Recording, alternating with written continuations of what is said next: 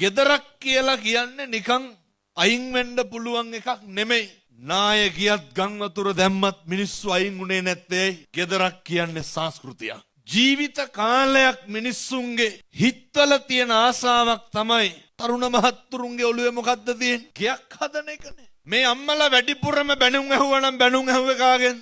සෙනෙහබර කසාද ස්වාමියා නෙමෙයිද? වැඩිපුරම රිද්දුවා නම් රිද්දුවේ කවුද? කියන්නේ හැම නෑ ආදරයට කියලා හොඳේ. මේ දරුවා බඩේ ඉන්නකොටත් අහලා තියෙන්නේ මොනවද? පොලිසිය වල මහත්තුරු ඕන තරම් කියනවා. බඩ දරුවා අම්මලා එනවලු පැමිණිලි දාන්න. අරකට එක්ක ඉන්න බෑ සර් ඇද ඇද ගහනවා කියලා. බීලා ඇවිල්ලා. මොකද කරන්නේ? මේක හරි ඛේද වාචකයක්. පොඩි කාලේ ඉඳන් දරුවා අහලා තියෙන්නේ මොනවද? හොරු ගාවට වැටිච්ච කිරව කොහොමද කතා කරේ? තාපසාරාමයට වැටිච්ච කිරව කොහොමද කතා කරේ? මතක තියාගන්න. මිනිස්සෙකුට හැදෙන්න බලපානවා ආරයයි පරිසරයයි.